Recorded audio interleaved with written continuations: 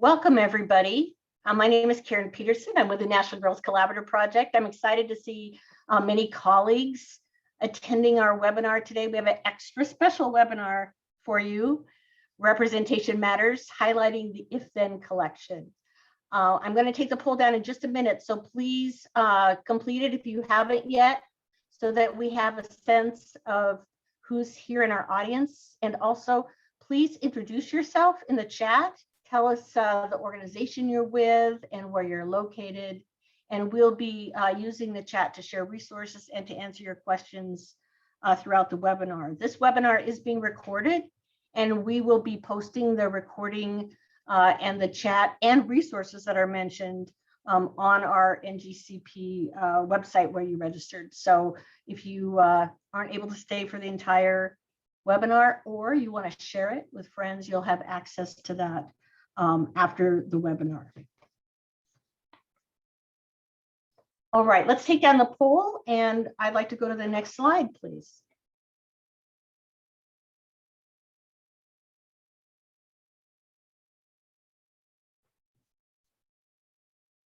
So the vision of the National Girls Collaborative Project is to bring together organizations committed to encouraging girls to pursue careers in science, technology, engineering, mathematics, and computer science. And the photos you see here are just one example of how we facilitate discussion among stakeholders by offering structured networking activities at every NGCP and local collaborative event. During collaboration networking, dynamic discussions between individuals matching needs and resources can highlight ways for organizations to work together to impact the youth that they are serving. Next slide, please.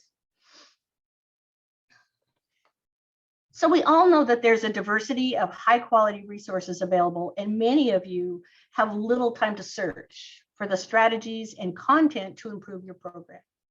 The National Girls Collaborative Project helps you address this need via our website, our newsletters, online databases, social media, and webinars just like this one. This webinar is particularly specific to our mission.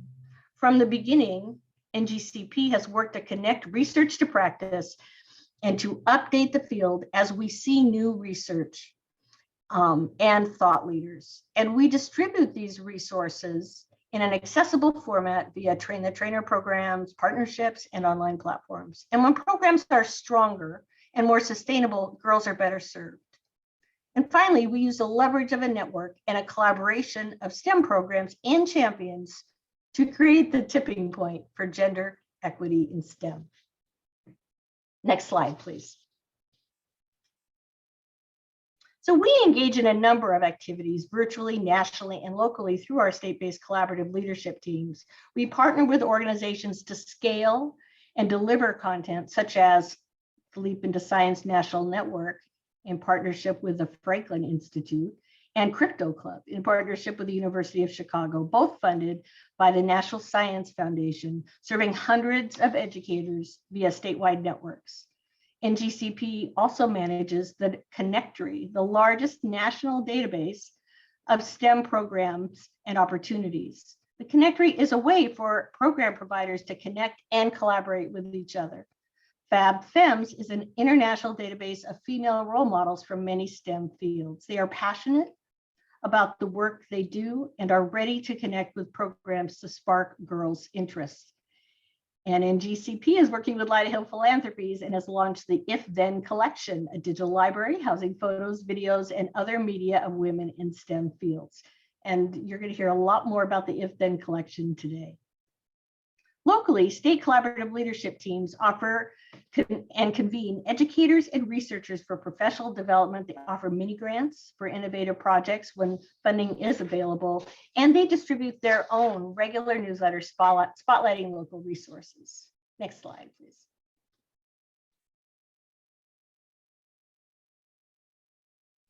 The National Girls Collaborative Project has been partially funded by the National Science Foundation since 2002. We began as a Northwest Girls Collaborative Project focused on Washington and Oregon. And then as we presented our collaboration model to others, we were invited to expand across the United States. And while NGCP programs and partners are located in every state, we have 33 collaboratives serving 41 states, facilitating collaboration between 42,500 organizations who serve 20.2 million girls and 10 million boys, since many of the programs that are serving girls are also serving boys.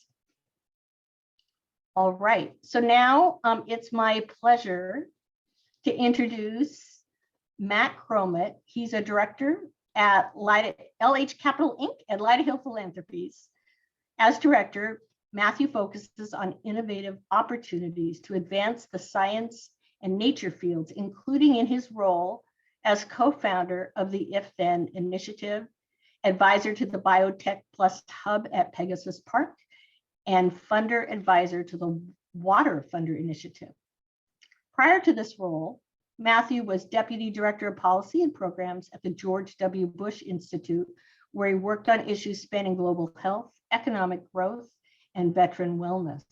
Prior to joining the Bush Institute, Matthew worked in the executive office at Goldman Sachs in New York City, where he was a program officer for the 10,000 Women Initiative, which invests in underserved women entrepreneurs in more than 20 countries. Matthew received a Bachelor of Science degree in International Health from Georgetown University and a Master of Health Science degree in International Health with a concentration in social and behavioral interventions from Johns Hopkins Bloomberg School of Public Health. Matthew, I'm privileged to turn this over to you. Thank you, Karen. And I'm looking forward to advancing a few slides here. But thank you for your partnership on all this work.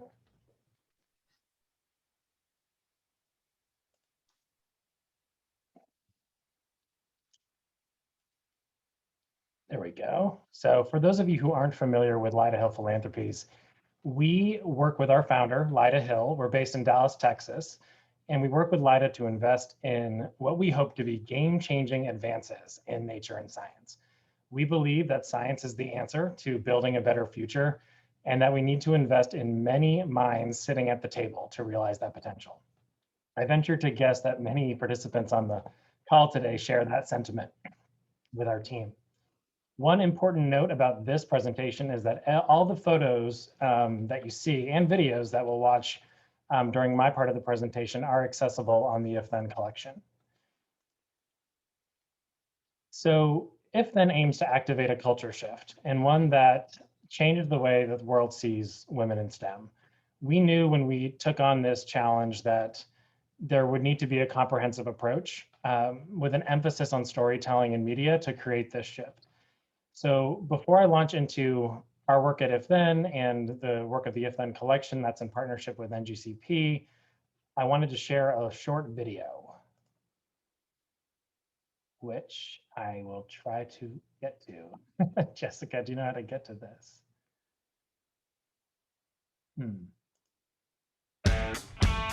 This has been incredibly fun to work with all these amazing people in this room. If you can see it, she can be it. Being able to see someone who looks like you. We opened it with the code, and now we're going to see it live. And understand how they got to where they are. Helps you have the courage to chase your own dreams. We're just really hoping to make STEM and women synonymous.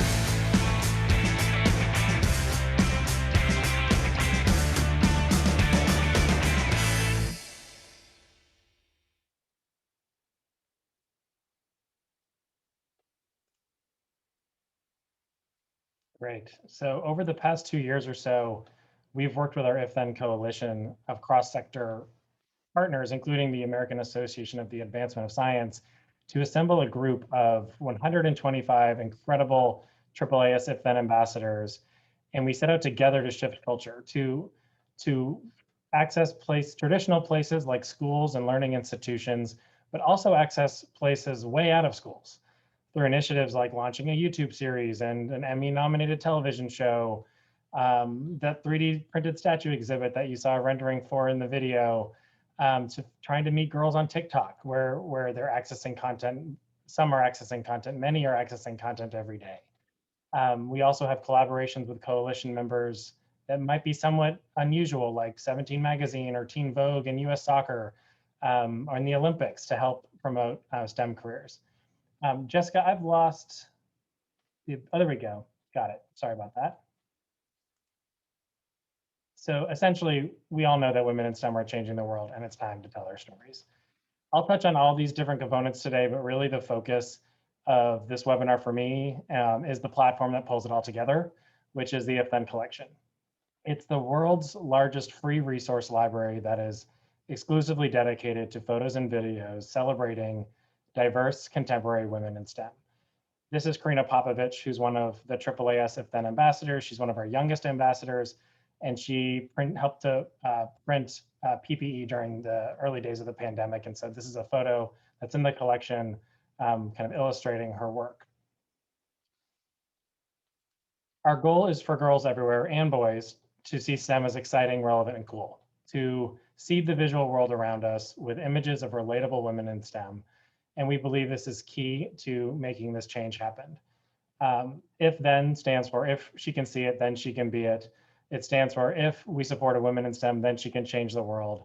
It stands for so many if then statements that we know are needed to help make change. Our 3 pillars of change are rooted in this firm belief that there's really no better time to highlight positive and successful female role models. We are funding and elevating women in STEM. We're supporting current women STEM innovators in their careers by providing them with grants and storytelling opportunities and lifting them up as role models. We're convening cross-sector partners. So this is that coalition of the willing of a variety of different industries who are coming together to highlight these women in STEM. And then we're leveraging these platforms to inspire girls with better portrayals of women in STEM through media and learning experiences. Anywhere where girls and boys are accessing content, we're hoping to provide them with STEM content.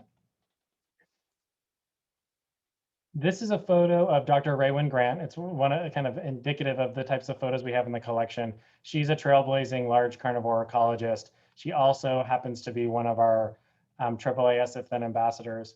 I'm going to quickly tick through a couple of these slides because we have 2 AAAS IFTHEN ambassadors on the program today, and they'll be the best exemplars of what we're hoping to accomplish with this program. But essentially, we're working with these ambassadors to seed this collection with images and videos. The collection is really the hallmark tool that we're using to enable storytelling among the ambassadors. I would be remiss if I didn't add that our bread and butter at Lila Philanthropies is supporting research. So we are continuing to support research grants as part of the IFTHEN initiative. We're supporting explorers, we're supporting cancer researchers, we're supporting coral reef restoration efforts, all sorts of things that didn't stop when we started this initiative. The secret sauce, if you will, to the initiative is convening this cross-sector of partners. So there's a coalition of members that is really, that constitutes a motivated community of organizations. So everyone from maybe the more usual suspects, like the Girl Scouts or the Ad Council She Can STEM campaign, to the maybe less usual suspects at maybe NEPRIS or National Geographic or US Soccer. They've all sort of come together to highlight women in STEM, and many of them were already in this field before we came along, but we're just helping them augment their efforts. If we had more time, I would play the videos that are launched from this slide, which are essentially illustrative of the partnerships that we have to inspire the next generation with leveraging some of these notable stakeholders who are already in the field, like Girls Who Code and National Geographic. Make sure.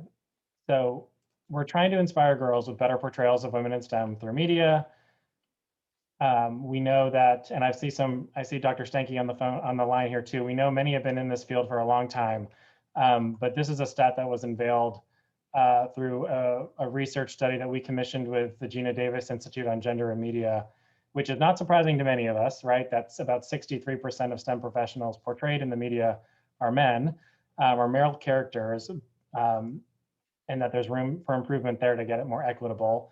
But also through some focus groups and surveys of the study we commissioned, 4 out of 5 girls wanted to see more women STEM characters. So there's also demand for this content. So we decided to be part of the solution. That type of research helped built on the body of research that was already in the world, really made a case for LIDA that we needed to be part of the solution. So we're working with these ambassadors to get them press attention, to get more press attention to women in STEM in general.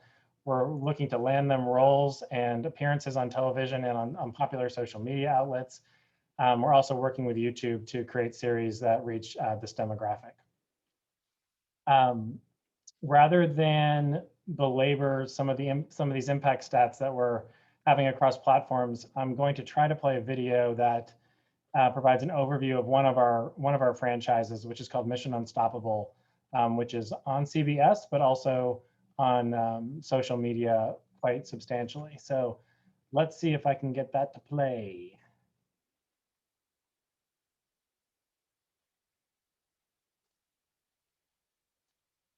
Bear with us here.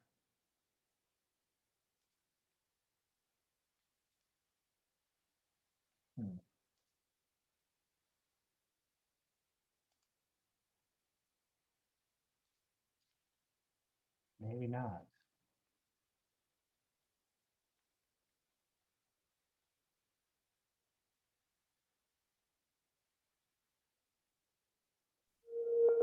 Hi, Mission Unstoppable. I watched the show and I was very impressed with Melissa Bernhardt. I'm thinking about majoring in biology when I go to college, and I hope that I can be just like her one day. Because of Mission Unstoppable, I know I want to do something in STEM. After watching Mission Unstoppable, I've chosen that I want to be a scientist. Now I'm going to take all the STEM classes I can.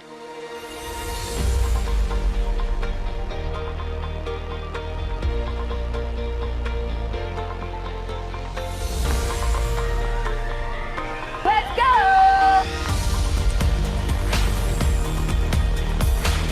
Yes!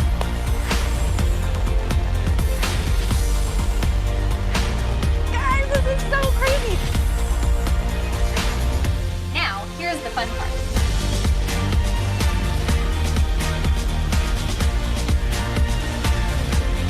That's so cool. Tell me more.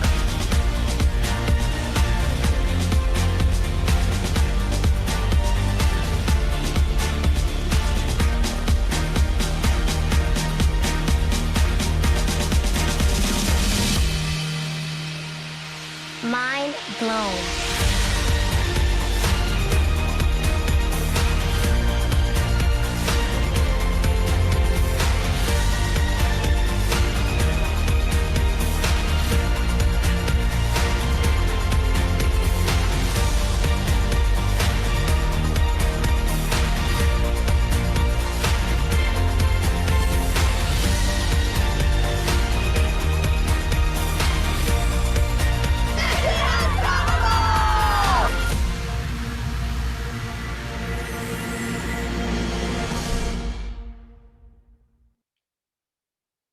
Thank you. And so where better to amplify that content than through partnerships with National Girls Collaborative Project and the Association for Science and Technology Centers and their members and partners. So we're thrilled that to have the opportunity through the collection to further disseminate the content from Mission Unstoppable and from some other programs that we support and that our ambassadors have participated in. I think it's been said to this audience before, but we have numbers that said before the pandemic, the most recent pandemic, people visited American museums 850 million times a year, more than the attendance of all major league sporting events and theme parks combined. So we feel like this is an enormous market that can be tapped and have more access to women in STEM imagery. We are trying to meaningfully, subtly, and creatively lift up diverse contemporary women in STEM.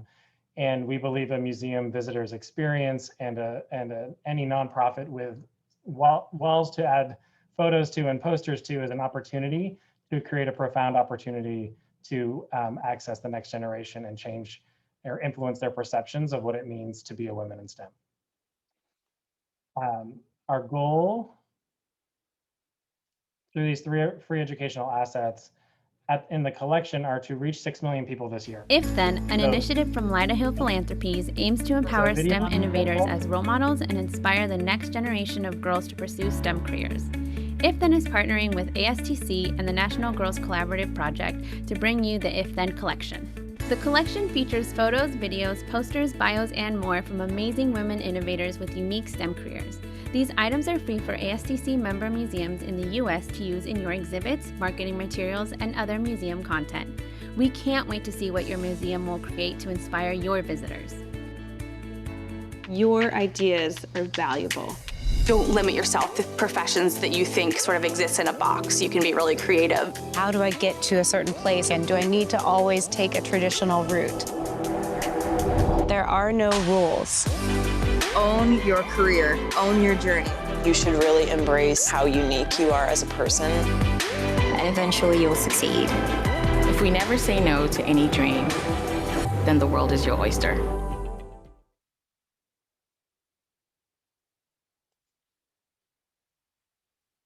So the idea is to reach millions of people each year with these assets. The goal being, let's create a new set of iconic images of STEM role models. I'll let the rest of the presenters get into why this is so important and how we are doing it. And my last plug is for this IFTHEN exhibit, where we've created 120 life-size 3D printed statues of most of the AAAS IFTHEN ambassadors and several other luminaries in STEM. And if you find yourself in Dallas, they're all on display together at one time, which we believe is the largest collection of statues of women in one place at one time. And so we're glad there are women STEM professionals, and all of the statues link back to the collection assets of each woman. So please visit if you can. If not, visit the website ifthenexhibit.org. But for now, I believe the exhibit should be a topic of a future webinar, and I'll pass it back to Karen. Thanks, Matt. I agree. Let's make the exhibit a topic of a future webinar.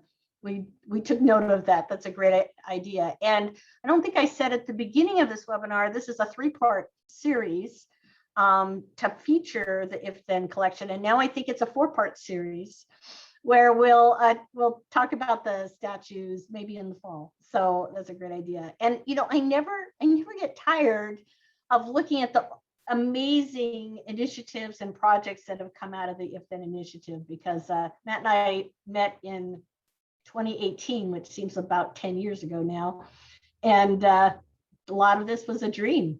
And here we are, right? So thank you so much for your partnership. It's one of the best things that we've been doing over the last few years. All right, so now it's my pleasure to introduce Lahari Chalasani. She's the Senior Manager of Programs here at the National Girls Collaborative Project. She brings many years of experience from working in the Science Museum field, and I'm going to turn it over to you. Take it away, Lahari. Thanks, Karen. Thanks for the introduction. And I'm, really excited to follow Matt, because he spoke to why representation matters, right? But we're going to delve into some resources that we've shared, actually. So go ahead next, Jessica. So what is representation? Why does it matter? The National Girls Collaborative Project released its annual State of Girls and Women in STEM, where it highlights statistics and engagement from K through 12 grade levels to pursuing degrees to employment. You can definitely find this on our website if you want to take a look at it deeper, and I believe it's just posted in the chat right there. I want to highlight a few things that point to why representation is important. Next, please. So women in the STEM workforce. So while women make up a large part of the total workforce in the United States, we remain a small part of the STEM workforce. And in that small part of the workforce, less than 10% are women that are Latinx, Black, and or Indigenous. And I think, when we think about representation, and it doesn't seem like we can pursue those degrees without seeing those females that trailblazed ahead of us. That's why it's really important to make sure we take on this initiative. Next, please. So understanding the intersectional inequalities and showcasing different identities engaged in STEM is why representation is important. When Matt spoke to how 62% of all STEM professionals are portrayed as males, right? Like this is where that comes into play. Girls and young women exposed to role models at a young age can create lasting STEM identities, leading to pursuing STEM degrees and careers. And for that, Karen mentioned that I come from a science museum field, And so in my previous role, I actually conducted a program for elementary age Latinas focused on hands-on STEM led by Latina STEM professionals. And one story we've been following for 5 years is of Eva. After meeting an optical engineer from NASA, she decided she wanted to be an aerospace engineer as a 5th grader, and then pursued NASA's sister program for middle schoolers when the time came. She did not think she had the skills to be an engineer, but then practiced hands-on STEM alongside a professional engineer who looked like her and spoke the same language as her. And then she believed she could. And so we're really excited that we have folks in our audience today that believe they could and are going to be sharing their stories with us. I'm going to turn it back over to Karen. Great, thanks so much. Part of NGCP's origins or origination story is making that connection between research and practice, and providing this information before we talk more with IFTHEN ambassadors and the collection is something that we felt would be helpful for those of you attending the webinar. And we know that many of you are watching a recording of this webinar as well. So if you have questions about anything, please put it in the chat, or if you're watching the recording, reach out to us afterwards and we're happy to get in touch with you. So now I want to turn it over to Jessica Hay. She is our Marketing and Partnerships Manager at the National Girls Collaborative Project. She joined us in January and she leads outreach efforts for the IFTHEN Collection. She brings many years of experience with after-school networks and nonprofit advocacy initiatives. Over to you, Jessica. Thank you so much, Karen. I actually this might be the best honor of the webinar.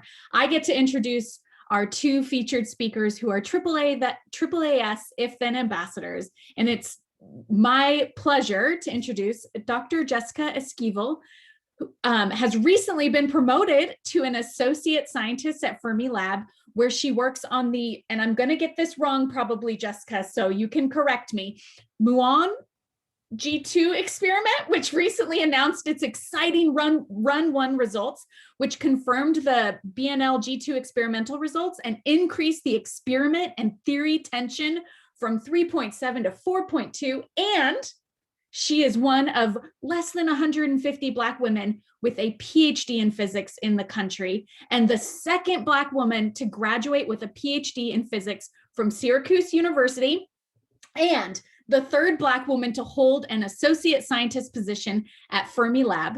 Her graduate research focused on studying ghostly particles called neutrons, and I'm probably saying that wrong too, Jessica, interacting with the microboon experiment using innovative machine learning techniques like those used in facial recognition software.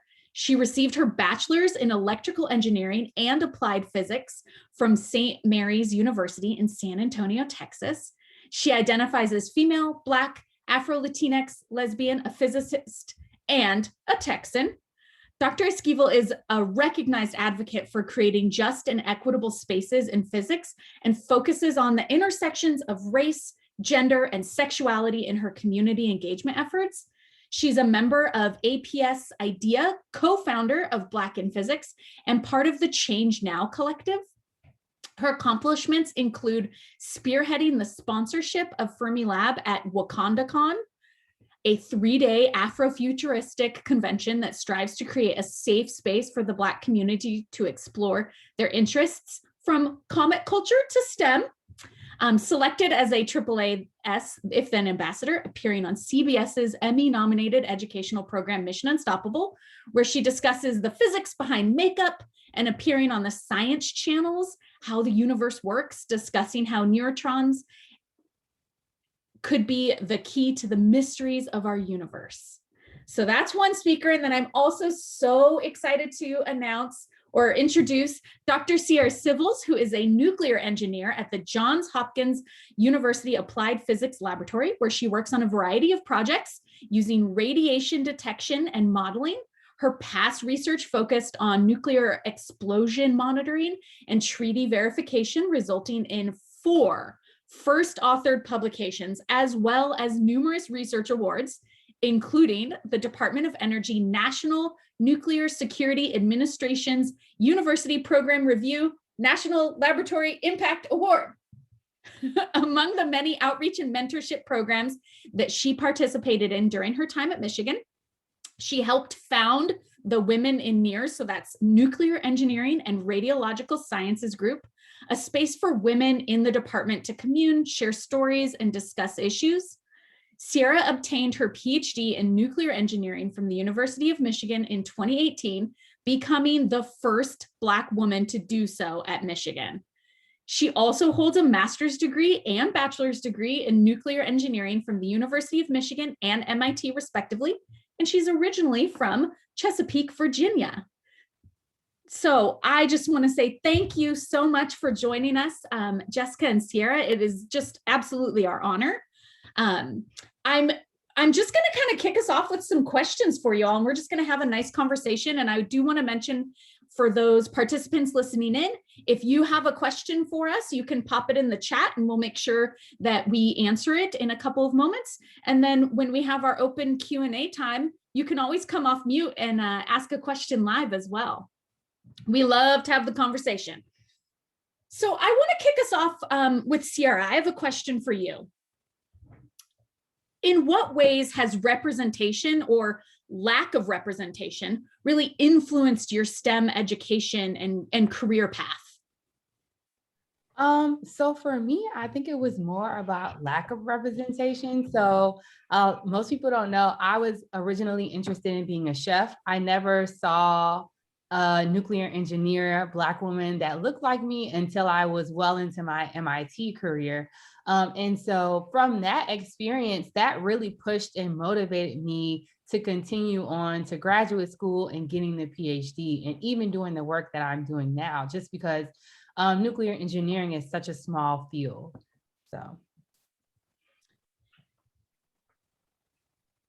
Yeah, I think that that's really important. I will say, Sierra, I've seen some of your IFTHEN Collection assets, and we've discussed this before, but I think that you being the first in your space is really such a key piece to this for the next generation of young girls to see, and specifically young Black girls. I think that it's why the IFTHEN Collection was created, as Matt talked about. It's really, really very exciting. Sierra, I have another question for you. So speaking of the collection and being an ambassador, why did you actually decide to become a AAAS IFTHEN ambassador? Right. So towards the end of my program, once I realized that I was going to be the first Black woman, I was kind of struggling with what to do with that information. How do I share my story? And, how do I illustrate to people, the challenges that I had to go through and maybe the things that can be mitigated for people coming after me to do that. And so when the call opened to apply for the ambassador program, I was like, oh, this sounds amazing, because it gives me the opportunity to tell my story in a way, where I'm amongst a group of other women who share similar experiences, or, they're in different paths, and it's somewhere I can build off on and also, have the opportunity to share my story. So that's what really compelled me to participate.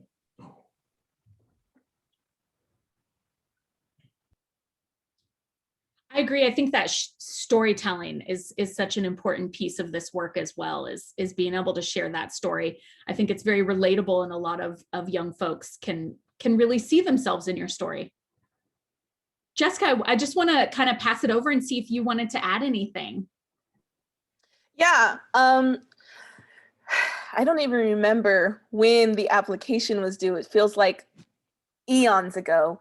But that year I had made a decision that I was going to let other people tell me no.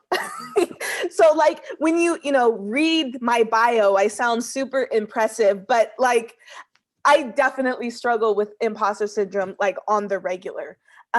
So finding out about the IFTHEN ambassadorship and seeing the amazing work that this program was going to do, I honestly didn't think that I would be here today. But I applied knowing how important it is for girls of color, Black girls, to see somebody like me in my field. So even though I didn't feel like I belonged in this group of badass women, even though I didn't feel like I was smart enough or accomplished enough to be a role model, I recognize the importance of representation. So I pushed myself and I applied, and I'm still in shock that I was chosen, and I'm still in shock that I get to, collaborate and be in community with just amazing women. Yeah, so I just wanted to put that out there. Like, my bio sounds awesome when somebody else is reading it, but every time I see it, I feel like I'm not that smart. So I mean, I think it's important to also recognize that, we have internal voices that are telling us we don't belong here, on top of the external voices that are telling us we don't belong here.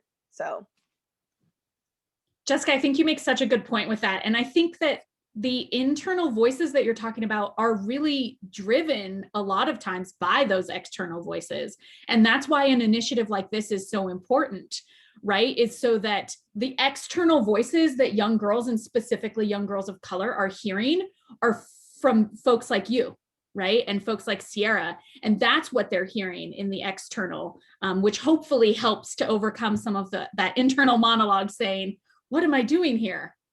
Yeah, definitely.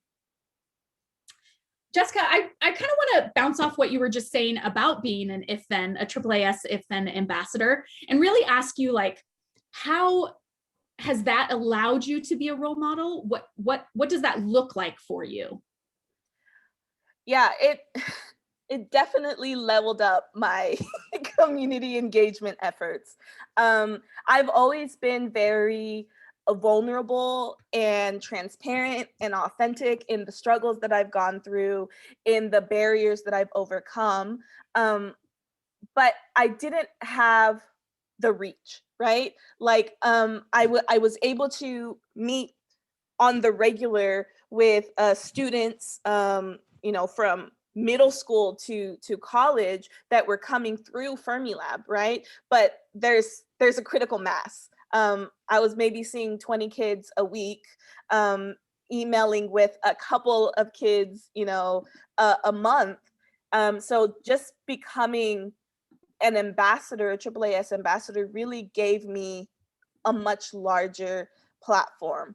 I was on CBS Mission Unstoppable talking about the physics of makeup, which I thought was a really amazing way to not only talk about like the science, but also show my different interests and passions, and really underscore that, we're not robots. We have personality, we have passions aside from, our job. So I thought that was a really fun way to like showcase what physics is. From the reach of the ambassadorship, I was contacted from How the Universe Works producers, and am now like an expert on that show, which is, I mean, the physicists, the astrophysicists, the scientists that are on that show, they're like my idols, my role models. So it's mind-boggling that I'm, among those, experts in the field. And then, just like I said, being in community with these women has also opened my eyes to what's possible.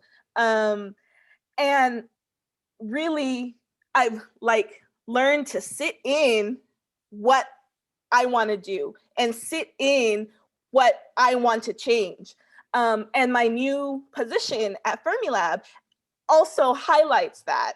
I was able to have a conversation with my bosses' and let them know what I wanted to do, and really start re-envisioning and reimagining what a physicist does. And in that, I carved out my role, which not only focuses on the research and the amazing cutting edge science that we do, but also focuses on transforming the landscape and the culture of physics, and focusing on the recruitment, the retention, and the representation of underrepresented groups in physics.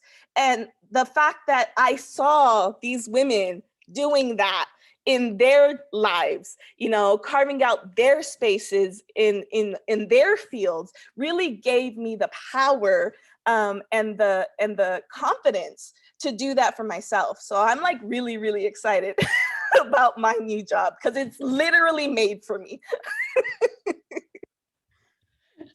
I love multiple things that you said, Jessica. A couple of things, I think what you talked about, and someone mentioned it in the chat as well, about not being a robot, showing the kind of multifaceted person that you are through that Mission Unstoppable piece is so important. I think one of your fellow AAAS IFTHEN ambassadors talked about this recently as well, Dr. Danielle Twum, about scientists are fashionable, right? These are things that we are full people, not just one thing. And I think that the way you touched on that was such an important message, and is one of the reasons that we love having you as a role model. Sierra, I just want to see if there was anything you wanted to add about being that role model for young girls as a AAAS IFTHEN ambassador. Yeah, I just want to echo, a lot of what Jessica is saying. It really gives you the opportunity to kind of tell your story and make your own narrative in the way that you want. And for me specifically, it was really important to change the narrative around nuclear and what that means and what that looks like. And so that's kind of really been a point of emphasis for me, just saying, oh, nuclear engineering is not just about weapons, it's about medicine, it's about energy, and what does that look like? And there are people of color in these fields. And, I've really started to create a network of Black women in nuclear. I have a fellow AAAS ambassador that is also a nuclear engineer. So making that connection with her, and I was on her YouTube series, STEM Queens, and we talked about, a little bit about that. And so for me, just making these connections, and then again, being able to tell my story like I did on Curiosity Camp was really important, just to show, hey, you can make these pivots in your career as well, and you can find things that you love and see that they're also related to STEM, and share that story with young girls. Everything both of you are saying is just giving me chills and giving me all the feels. So thank you so much. I have one last question, and then I want to open it up for the audience. But I think this last question that I have is really important as well. Jessica, in your career, have you noticed any shifts in terms of who is emerging as kind of leaders in STEM? Yeah, so I'm gonna stick to the physics because that's my bread and butter. And I want to kind of take us back to the last summer and the peak of civil unrest in our country, and the protests that were emerging from the police brutality and the death of Black people in our country. And it was a difficult time. It is a difficult time. But what gave me hope was that I saw students, physics students from undergrad to graduate school, that were leading the effort and taking charge in addressing issues of racism, of sexism, of discrimination at their institutions. They were holding the fire to, flame to their feet, and demanding that things change. And they still are. Like, it was really, really kind of affirming to see that the next generation, these students not only are doing amazing things in science, but they're also literally leading a culture shift in my field. It's just really awesome to see, and I'm excited to be a part of that with my initiative, Black in Physics, and Sierra is also an organizer in that.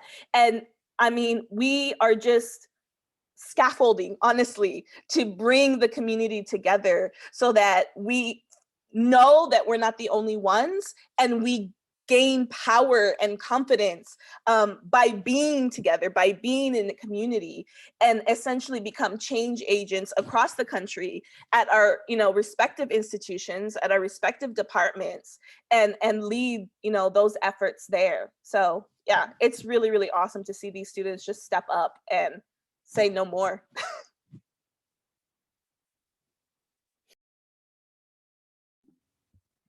Sierra, I saw you nodding a lot, so I just wanted to see if you had anything else that you wanted to add. Yeah, no, I was just going to echo again what Jessica said. Being a part of Black in Physics was really, special to me because like I told them, I don't consider myself a physicist, but nuclear engineering is rooted in physics. And so we, the reason that the nuclear engineering, departments and things are so new is because they were created during the Manhattan Project. So a lot of these people that started, in that field were physicists. And so for me, it was really important to jump in and say, hey, as a nuclear engineer, there's not that many physicists and there's not that many nuclear engineers, and we all need to come together and improve that statistic, right?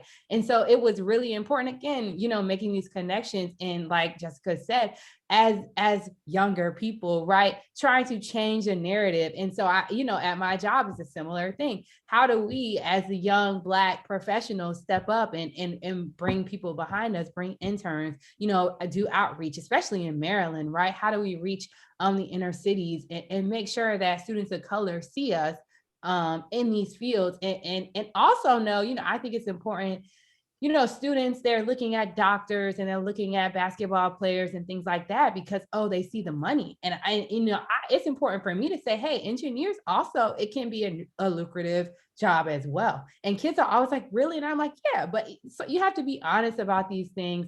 It has to come from someone that looks like them a lot for them to really pay attention. So yeah. I could just listen to you all talk all day. So thank you for answering my questions. I love how you both of you really touched on your intersectional work between community organizing and engagement, racial justice work, and really changing the landscape and the system that you're working in. It's so impressive, and it's really inspiring. So I'm sure the rest of the participants are feeling that as well. I do want to say we have a question from our audience. So Brittany Gear asked, the IFTHEN videos are a wonderful resource. Is there a mechanism to facilitate one-on-one experiences for girls with all of these role models? So is there a mechanism, Jessica and Sierra, that folks can connect with you? And sneak peek, I will show ambassador profiles in a little bit.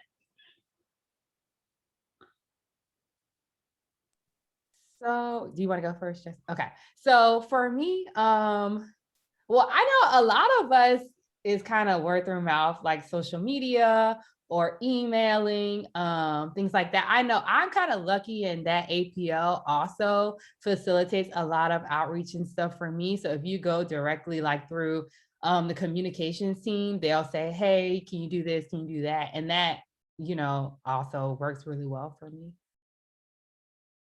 And I think for other ambassadors too, but go ahead, Jessica. I was gonna say, being an ambassador is a double-edged sword. So it levels you up with regards to your reach, but it also has me overextended. So while before, because I had a much smaller reach, I was able to facilitate one-on-ones way more regularly than I am now, which is unfortunate, but I guess that's just the way the cookie crumbles.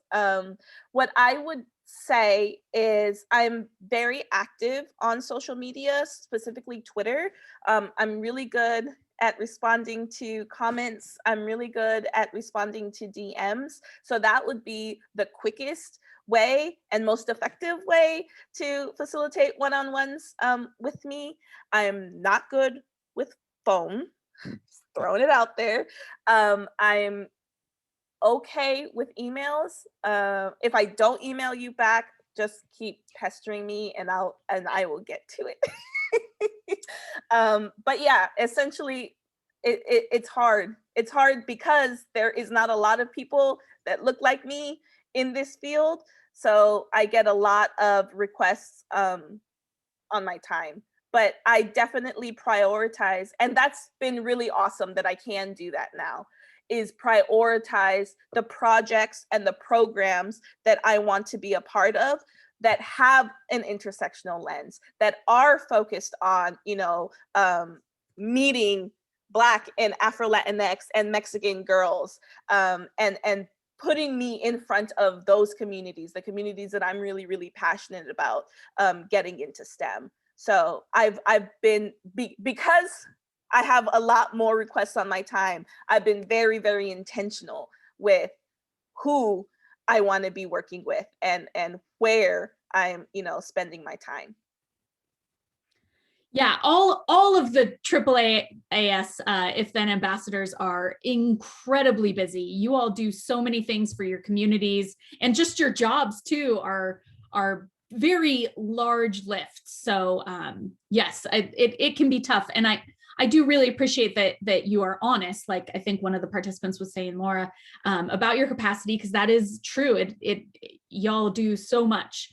And I want to just note that Matt shared in the chat an email address to invite the AAAS IFTHEN ambassadors to participate in media and educational things. And that can be one way to filter through and connect with ambassadors as well. So make sure y'all check that out. It's public_engagement@AAAS.org.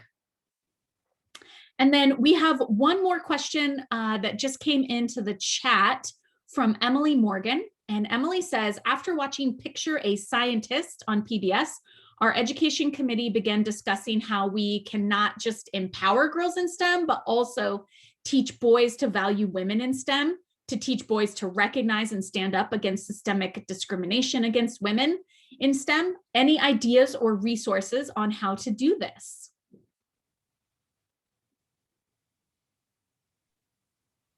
I can jump in. So I have a nephew, Aiden, and he's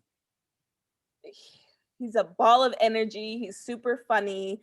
And recently he had a science fair, and he talked about me being a scientist and how he wanted to be a scientist because he knew that his aunt was a scientist. I had given him, a little science book for Christmas a couple of years ago, and he pulled one of the science experiments to do for his, science fair. He was using words like electrons and circuits and electricity and power.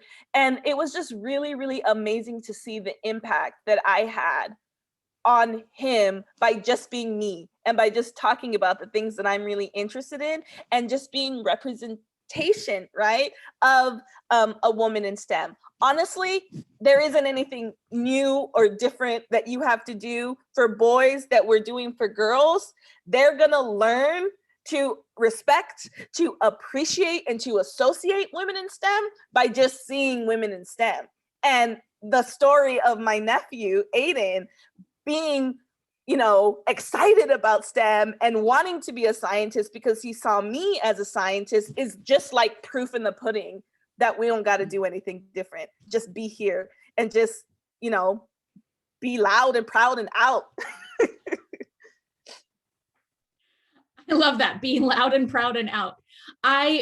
I think you make a great point, Jessica, and we talk about this in some of the workshops that we do around IFTHEN, and it's really just as important for boys to see women STEM professionals. For one, when they enter that workforce, if they've grown up seeing you all as role models, then they're going to create that space that continues to be supportive for girls as they pursue their careers and educational goals. So it is just as important to really help create that space that is supportive for girls to thrive in. that is all of our audience questions. I want to say that I get to work with the IFTHEN Collection quite a lot.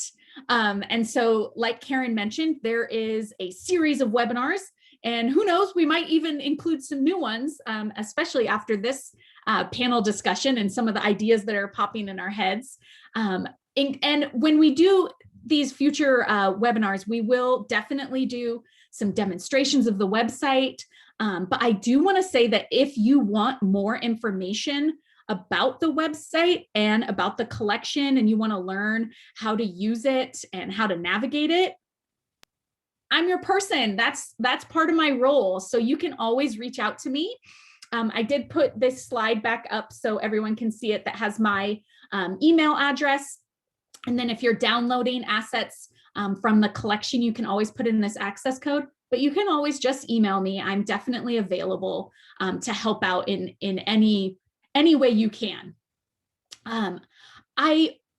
I want to note a couple of things about the collection is that it's very searchable. And so if you just click on this search full collection, you can search by location, by discipline, by type of asset, by ambassador name. So if you were here and you saw Sierra and Jessica and you were like, wow, I love them, I want to see everything that they have, you can just search by their name. It's very easy. And again, I'm available to help out and help folks navigate the collection as needed. So it is a fantastic resource for a lot of the work that you all are doing out in the communities. I want to say a very special, just from me, I want to say a very special thank you to Jessica and Sierra for joining us with this conversation. I watch your videos. I've seen them all. I've told you this. And being able to have this live conversation with you has just been absolutely inspiring. And thank you for taking the time to join us today and really have this important conversation. And Matt, thank you so much for sharing about IFTHEN and the initiative and all those amazing resources. And I am going to pass it over to Karen to close us out. Thanks, Jessica. And I want to add my appreciation to all our speakers. This has been such a helpful and meaningful webinar. So thank you so much. We have 2 more webinars coming up in June. Another webinar in this series about Curiosity Camp. And we'll be spotlighting the Curiosity Camp series and resources, as well as the collection again. So tune in on June 22nd. And also on June 16th, we have a very special webinar where we're hearing from some of our local collaborative leaders about the work that they're doing in their state. So we hope you'll join us for that as well.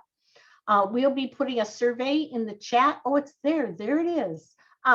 Please complete our survey to give us some feedback about this webinar, and even more importantly, share ideas for future webinars. This is one of the ways that we distribute resources and information and engage you all in conversation. So we'd love to hear your ideas and your needs about future webinars. Thanks so much for taking the time with us today.